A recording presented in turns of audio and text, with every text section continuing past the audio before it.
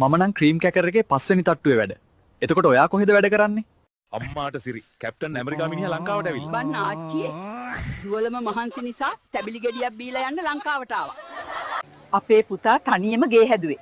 අපේ උදව්වක් නැතුව. පුතා බාස් කෙනෙක්ද? හිත තමයි හැමදේටම මුල. ඒ නිසා සිත රැකගන්න. ලේලියෙක් ගෙනාව උඹ කෝ? ඒකි තාම නිදිනේ. එහෙම කියන්න එපා අම්මේ. දැක්කනේ ඊයේ පාන්දර වෙනකන් එහා ඔෆිස් එකේ වැඩනේ. මට බෑ මේක කරන්න. ඔයාගේ අම්මා මට හැමදාම හින් පාස් කරනවා. මටත් ඉවසීමේ සීමාවක් තියෙනවා. අපි බලමු අපේම කියලා ගෙදරකට යන්න.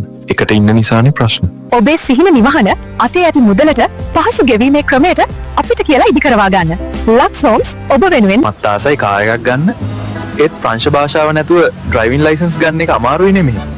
අයියෝ දැන් එහෙම නෑ. දැන් සිංහලෙන් උගන්වන ඩ්‍රයිවිං ස්කූල් එකක් තියෙනවානේ ප්‍රංශේ. පේපර් එකට ලියන්න ඕන හැම දෙයක්ම සිංහලෙන් උගන්වනවා. ඔබත් ප්‍රංශේ ජීවත් වෙන කෙනෙක්ද?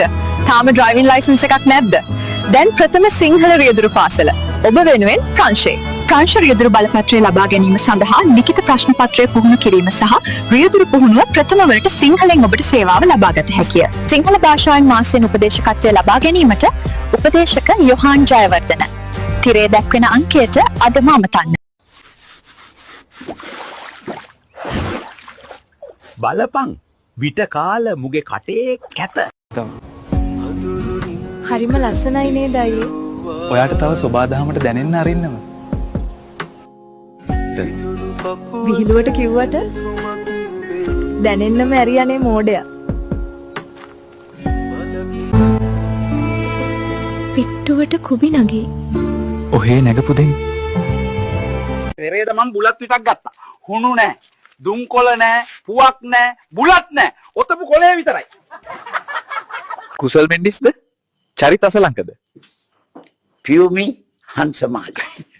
මොකද්ද කිව්වේ? කොච්චර ලස්සන ආදරයක් තිබුණත් අන්තිමට ඒකත් හරියට මහලු මිනිහෙක් සරමක් ඇඳගෙන කුඹුරක් කොටනවා වගේ තරුසිටත් නිකම්ම දෙයක් කියලා කතා කරනවා වගේ. සෙරීනා කියනවා එහා ගමේ නෙත්මි අදත් පැනලා ගිහින් කියලා. එයා කොහොමද දඟකාරියක්නේ. ඒකේ පුදුම වෙන්න දෙයක් නැහැ. චන්දන. ලැට් එක ඇතුලේ බීඩි බොන්න නැතුව එළියට වරෙන්. මට දැන් රෙවෙන්න එන්නේ. වෙලාවට මුන්ට AI වලින් වැල හදන්න බැරි උනේ.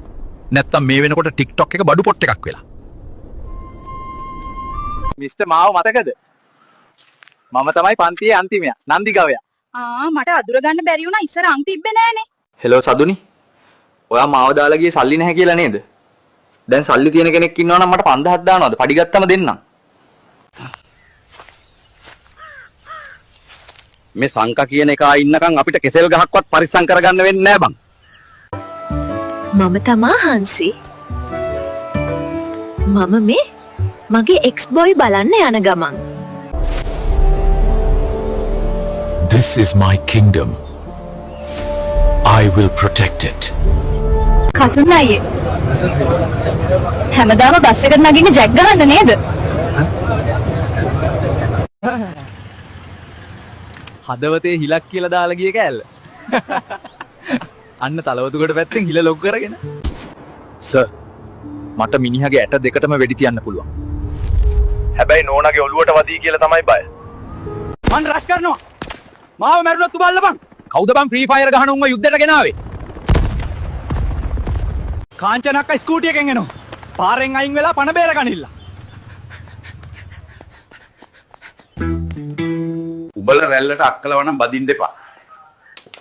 ඇයි කියලා අතුගාලා ඇවිල්ලා කියන්න.